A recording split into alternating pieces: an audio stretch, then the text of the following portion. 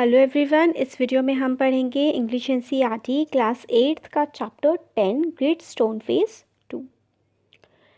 The years hurried on and brought white hairs upon the head of Ernest and made wrinkles across his forehead and furrows of his cheek. He was an old man. तो जो है years जो है वो बहुत जल्दी जल्दी पास हो गए और क्या हुआ, अर्नेस्ट के सर पर वाइट कलर के बाल आ गए और उसके चेहरे पे रिंकल्स पड़ गए, उसके माथे पे और उसके फरोज पड़ गए चीक पे, मतलब डीप सी लाइन पड़ गई। He was an old man, और अब वो बूढ़ा हो चुका था। But not in vain, he had to be grown old. But अगर जिसका जो बूढ़ा होना था वो व्यर्थ नहीं गया। वेन होता है व्यर्थ में चले जाना, वेन में नहीं गया, व्यर्थ नहीं गया। More numerous than the white hairs on his head were the wise thoughts in his mind. और जितने उसके सर पे सफ़ेद रंग के बाल थे उससे ज़्यादा उसके माइंड में वाइज अच्छी थॉट्स थी, अच्छे विचार थे। एंड अर्नेस्ट हैड सीज to be obscure, unsought for, undesired. He had come to the fame which so many seek। और मतलब जो अर्नेस्ट था उसको मतलब कितना ज़्यादा फेम मिल गया क्योंकि उसकी जो थॉट्स थी, और वो चाहता नहीं था, अनडिज़ायर्ड था, मतलब वो नहीं चाहता था, ना ही वो उसको खोज रहा था उस फेम को, मगर उसको वो फेम मिल गई थी। किस वजह से? उसकी अच्छी थॉट्स की वजह से। He had become famous beyond the limits of valley, और वैली से भी बहुत ज़्यादा बाहर वो फेमस हो गया था। College professors and even the active man of cities come from far to see and converse with Ernest, and he received them with gentle sincerity and spoke freely with them of whatever came uppermost or lay deepest in his heart or their own। बहुत दूर दूर से, मतलब college के professors, active man जो city में रहने वाले लोग, बहुत बहुत दूर से सब लोग उससे बात करने के लिए आया करते थे। और जो अर्नेस्ट था वो भी उनको बहुत ही प्यार से, जेंटल तरीके से रिसीव करता था, उनसे बात करता था, फ्रीली बात करता था, और सारी की सारी मतलब जो उसके दिल में बातें होती थी डीपेस्ट, मतलब हार्ट के अंदर से उनको रिस्पेक्ट करके उनसे अच्छे से बात करता था, उनकी बातें सुनता था। While they talked together, his face would brighten unawares and shines upon them as with a mild evening light। और जब वो बाकी लोगों से बातें करता था तब उसका जो फेस है वो ऐसे चमकता था जैसे कि कोई, जो होता है ना शाम में जो सूरज जिस तरीके से चमकता है, इस तरीके से। While Ernest had been growing old, God had granted a new poet to this earth। और जैसे जैसे जो अर्नेस्ट है वो क्या हो रहा था, ओल्ड हो रहा था, बूढ़ा हो रहा था, गॉड ने ग्रांट कर दिया था इस अर्थ को एक बहुत ही अच्छा सा पोएट, ग्रांट कर दिया था, दे दिया था। He too was a native of the valley, but had spent the greater part of his life in distant cities, pouring out his sweet music everywhere. Neither was the great stone face forgotten, or for the poet had celebrated it in a poem। और इसी के साथ जैसे जैसे जो है Ernest वो बूढ़ा हो रहा था तो गॉड ने अर्थ को दे दिया था एक बहुत ही अच्छा पोएट, जो किसका था, नेटिव का था, वैली का, मतलब वैली में ही रहता था, एक जो बहुत बड़ा पोएट बन चुका था। वो सिटीज़ में रहता था मगर अब भी वो ग्रेट स्टोन फेस को नहीं भूला था, वो इंसान जो पोएट बन गया था, और वो उसके बारे में काफ़ी कुछ लिखता था। The songs of this poet found their way to the Ernest. और इसके जो पोएट के सॉन्ग थे उसके सॉन्ग्स ने अर्नेस्ट की तरफ वो आ गए थे, उसको खोज लिया था। He read them after his customary toil seated on the bench before his cottage door. As he read he lifted his eyes to the mountain. और जो अर्नेस्ट है वो उसकी पोएम्स को पढ़ता था, और जब शाम का सारा दिन का पूरा काम ख़त्म हो जाता था, शाम के टाइम वो बैठता था अपने कॉटेज की डोर के पास और माउंटेन की तरफ देखते हुए वो पोएम को पढ़ता रहता था। O great stone face, he said, is not this man worthy to be your likeness. और वो ग्रेट स्टोन फेस से कहता था कि ये जो आदमी है जो पोएम लिख रहा है, क्या ये वर्दी नहीं है क्या कि आपका फेस इसको मिल जाए। The face seem to smile but did not answer. तो अर्नेस्ट को ऐसा लगता था कि ये बात सुनकर फेस जो है वो स्माइल तो कर रहा है मगर अर्नेस्ट को कोई आंसर नहीं कर रहा। Now it happen to the poet, though he lived so far away, had not only heard of Ernest but had thought much about his character and wished to meet this man whose wisdom walked hand in hand with the noble simplicity of his life। अब Ernest को ही वो मतलब poem जो पढ़ रहा था, जिस poet की, वो अर्नेस्ट को ही नहीं पसंद आ रही थी। जो पोएट था उसने भी अर्नेस्ट के बारे में बहुत कुछ सुना था, उसकी लाइफ के बारे में, उसके करेक्टर के बारे में कि वो कैसा है, और वो मतलब चाहता था अर्नेस्ट से मिलना किसी दिन, कि जो मतलब इतना अच्छा इंसान है, इतनी नोबल उसके विचार हैं, इतने अच्छे विचार है, इतनी सिंपल लाइफ वो लीड कर रहा है। One summer day, therefore, he arrived at Ernest's door, where he found the good old man holding a book in his hand, which he read and then, with a finger between the leaves, looked lovingly at the great stone face. और एक दिन वो जो poet है वो Ernest के पास पहुंच ही गया. अर्नेस्ट जो है वो अपने दरवाजे के पास बैठा हुआ था और मतलब जो राइटर था, और राइटर नहीं सॉरी, जो वो पोएट था वो अर्नेस्ट उसको वहीं पर बैठा हुआ दरवाजे के पास मिल गया. और अर्नेस्ट के हाथ में एक किताब थी और उस किताब को वो पढ़ रहा था. पढ़ते पढ़ते बीच बीच में किताब के बीच में उंगली रख के जो अर्नेस्ट है वो ग्रेट ओल्ड फेस की तरफ भी देख रहा था. फिर आगे है, good evening said the poet, can you give a traveller a night shelter.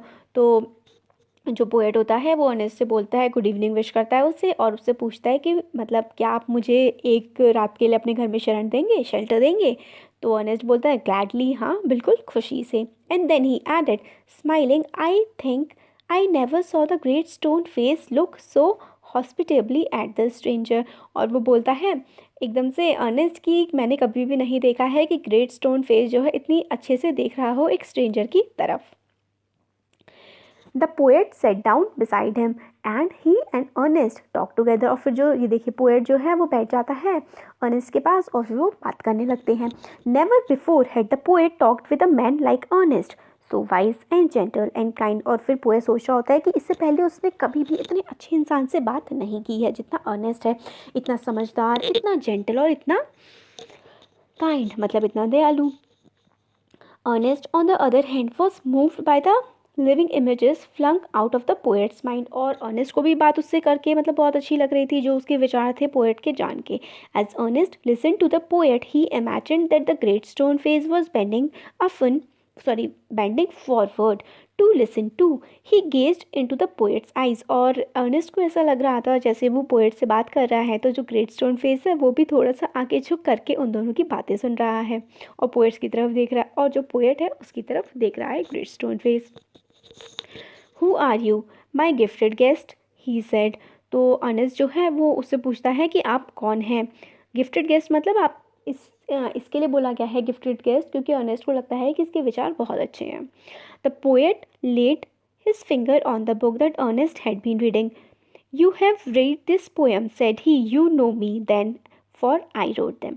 तो जो पोएट होता है वो बोलता है अपनी फिंगर जो है बुक पे रखते हुए अर्नेस्ट से कि आप जो किताब पढ़ रहे हैं अगर आपने इसकी पोएम्स पढ़ी हैं तो आप मुझे जानते हैं. ये पोएम्स जो हैं ये कविताएं मैंने ही लिखी हैं. Again and again Ernest examine the poet's features. Poet के जो फीचर होते हैं ध्यान से जो है जो कैसा दिख रहा होता है अर्नेस्ट उसको देखने लगता है. He turn toward the grey stone face then back. He shook his head and side. और पहले बहुत ध्यान से पोएट की तरफ देखता है फिर ग्रेट स्टोन फेस की तरफ वो देखता है और फिर अपना जो सर है वो हिलाता है और साय करता है. मतलब एकदम से वो होते हैं ना ऐसे करके साय करना और फिर चुप हो जाना. साय करना मतलब तेज़ लंबी सी सांस लेना. Why you are sad inquired the poet. फिर पोएट से पूछते हैं कि आप एकदम से दुखी क्यों हो गए हैं. फिर अर्नेस्ट बोलता है because replied Ernest all through life I have been waited the fulfilment of the prophecy and when I read this poems I hoped that it might be fulfilled in you. फिर Ernest उसको बताता है कि पूरी life मैंने ये चाहा कि जो प्रोफेसी है कि कोई ग्रेट स्टोन फेस जैसा आएगा और मतलब मैं देख पाऊँ उसे, मेरा ऐसा मैं चाहता था मगर और फिर जब मैंने आपकी पोएम पढ़ी तो मुझे लगा कि आपका फेस ऐसा होगा मगर ऐसा शायद नहीं था.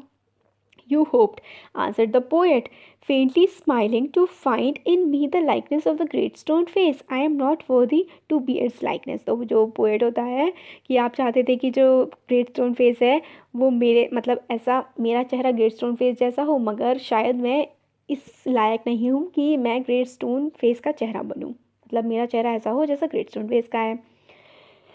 And why not? asked Ernest. He pointed to the book. Are not these thoughts worthy? तो अर्नेस्ट एकदम से बोलता है कि ऐसा क्यों आप कह रहे हैं उसकी बुक की तरफ पॉइंट करते हुए पोएट की कि ये जो थॉट्स हैं क्या ये वर्दी नहीं है, क्या ये इसके लायक नहीं है. You can hear in them the distant voice of heavenly song but my life dear Ernest has not corresponded with my thoughts. फिर वो जो बोलता है पोएट तो एकदम से अर्नेस्ट बोलता है कि इसकी जो चीज़ें आपने लिखी हुई हैं पोएम में वो कितनी प्यारी हैं जैसे कि ऐसा लगता है जैसे हम हेवंस में पहुंच गए हों. मगर फिर पोएट बोलता है कि मेरी लाइफ ऐसी नहीं है जैसे इस पोएम में वर्ड्स लिखे हुए हैं. I have had grand dreams but they have only dreams, और फिर वो बोलता है ऐसा करके मेरे बहुत बड़े वो हैं, ड्रीम्स हैं, सपने हैं, मगर अभी तक वो सिर्फ सपने ही हैं. Sometimes I lack faith in my own thoughts. Why then pure seeker of the good and the true should you hope to find me in the face of the mountain. तो वो बोलता है कि कई बार जो है ये जो थॉट हैं जो मैं लिखता हूँ इन पर मैं खुद ही विश्वास नहीं कर पाता हूँ, तो कोई भी क्यों इतने अच्छे इंसान को मुझ में खोजना चाहेगा जो माउंटेन का फेस बने. मतलब इसका ये है कि पोएट खुद पे इतना विश्वास नहीं रखता था और अपनी थॉट्स को तो अच्छा मानता था, मगर उसकी जो लाइफ है उसको इतना अच्छा नहीं मानता था कि वो जो ग्रेट स्टोन फेस है वो अपना बना सके. The poet spoke sadly and his eyes were wet with tears, so too were those of Ernest. और ये बोलते हुए जो पोएट की आइज़ हैं, आंखें हैं, वो अब आंसुओं से भर गई थी, टीयर्स से. टीयर का मतलब आंसू होता है, और अर्नेस्ट की भी आंखें आंसुओं से भर गई थी. At the hour of sunset, as at long been his custom, Ernest was to speak to the group of neighbours in the open air. और जो शाम के समय कस्टम था, मतलब प्रथा ही सी बना रखी थी अर्नेस्ट ने कि वो शाम के समय अपने पड़ोसियों से बात करता था खुली हवा में. Together, he and the poet went to the meeting place, आम in आम. From there could be seen the great stone face. और फिर दोनों अर्नेस्ट और वो जो पोएट है वो दोनों साथ में गए नेबर से मिलने के लिए, और इस जगह पर जहाँ पर जो है ग्रेट स्टोन फेस उनको सामने बिल्कुल साफ साफ दिखाई पड़ रहा था. Ernest threw a look of familiar kindness around upon his audience. He began to speak to the people what was in his heart and mind. और अर्नेस्ट जो वहाँ पे पहुँचा जहाँ पर सब लोग इकट्ठा थे अपनी ऑडियंस के पास, और वो बिल्कुल अच्छे से काइंडनेस के साथ जो उसके दिमाग में था, दिल में था, वो बोलने लगा. His words had power because they agreed with his thoughts, and his thoughts had reality and depth because they harmonized with the life which he had always lived. तो जो उसके वर्ड्स थे, उसके जो भी शब्द वो बोलता था, उनमें बहुत ही ताकत होती थी, पावर होती थी, क्योंकि वो उसकी जो थॉट्स हैं और उसके जो शब्द हैं वो आपस में एक दूसरे से अग्री करते थे और हार्मोनाइज थे. मतलब इस तरीके से एक दूसरे से तालमेल बैठाते थे, क्योंकि वो वही बोलता था जो उसने अपनी लाइफ में जिया है, जो देखा है, जो करा है. It was not more breath than the preacher uttered, they were the words of life. वो ऐसे नहीं थे कि कोई सिर्फ बोलने के लिए ही बोलता है, वो उसकी लाइफ से आए हुए वर्ड्स थे जो वो लाइफ में खुद फॉलो करता था चीज़ें. A life of good deeds and selfless love was melted into them. और जो उसकी लाइफ की अच्छी काम थे जो उसने किए थे, सेल्फलेस लव मतलब बिना किसी सेल्फलेस, जो खुद के बारे में ना सोच के दूसरों के बारे में सोचे, सेल्फ के बारे में ना सोचे, ऐसा प्यार जो था वो उसके शब्दों में घुला हुआ होता था. The poet as he listened felt that the life and the character of Ernest were a nobler strain of poetry than he had ever written. तो जो पोएट अर्नेस्ट की बातें सुन रहा होता है उसको ऐसा लगता है कि अर्नेस्ट की जो बातें हैं उसमें बहुत, उससे जो वो पोएट्री लिखता है उससे भी कई गुना अच्छी पोएट्री है उसकी बातों में. His eyes filled with tears, and he said to himself that never was there so worthy a sage as that mild, sweet, thoughtful face with a glory of white hair diffused about it. तो फिर उसकी आंखें जो हैं आंसुओं से भर जाती हैं कि मतलब जो सेज है, जो साधु है, इसकी जो इतनी स्वीट थॉटफुल जो आवाज़ है, इसका जो फेस है, इसकी जो ग्लोरी है, वाइट मतलब वाइट हेयर जो फेस है, वो पूरी की पूरी जो ग्लोरी थी वो उसके करेक्टर में थी. मतलब जितनी भी अच्छाई, नोबेलिटी थी वो उसकी करेक्टर में और उसकी आवाज़ में, उसकी बातों में थी. अर्नेस्ट के बारे में बात करता है, सोचता है जो पोएट है.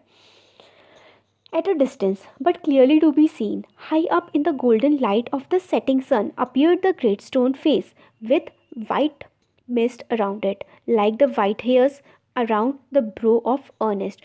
और वो जो है थोड़ी दूरी पर वो देखता है ग्रेट स्टोन फेस को, जो गोल्डन कलर का लग रहा था छुपते हुए सूरज में, और ऐसा लग रहा था मिस्ट की वजह से, जो धुंध होती है उसकी वजह से, जैसे कि वाइट कलर के जो हेयर्स हैं जो अर्नेस्ट के सर पे थे वही ग्रेट स्टोन फेस के सर पर हों.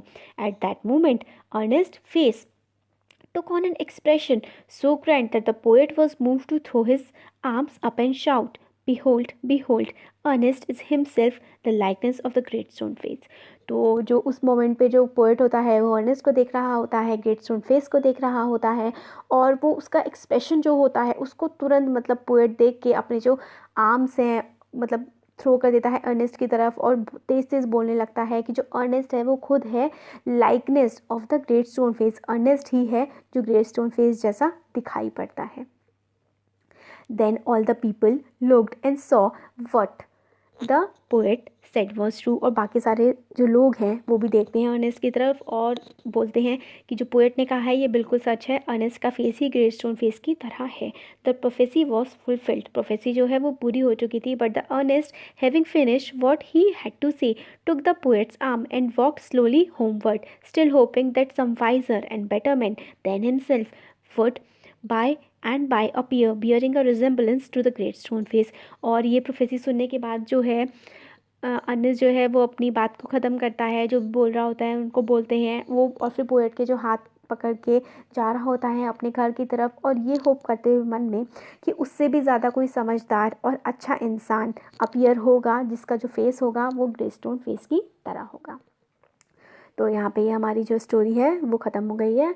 आपको कैसी लगी कमेंट सेक्शन में कमेंट करके बता सकते हैं, और वीडियो अच्छा लगा तो इसको लाइक करिए और चैनल को सब्सक्राइब करिए और अपने फ्रेंड्स के साथ भी शेयर करिए। Thank you so much.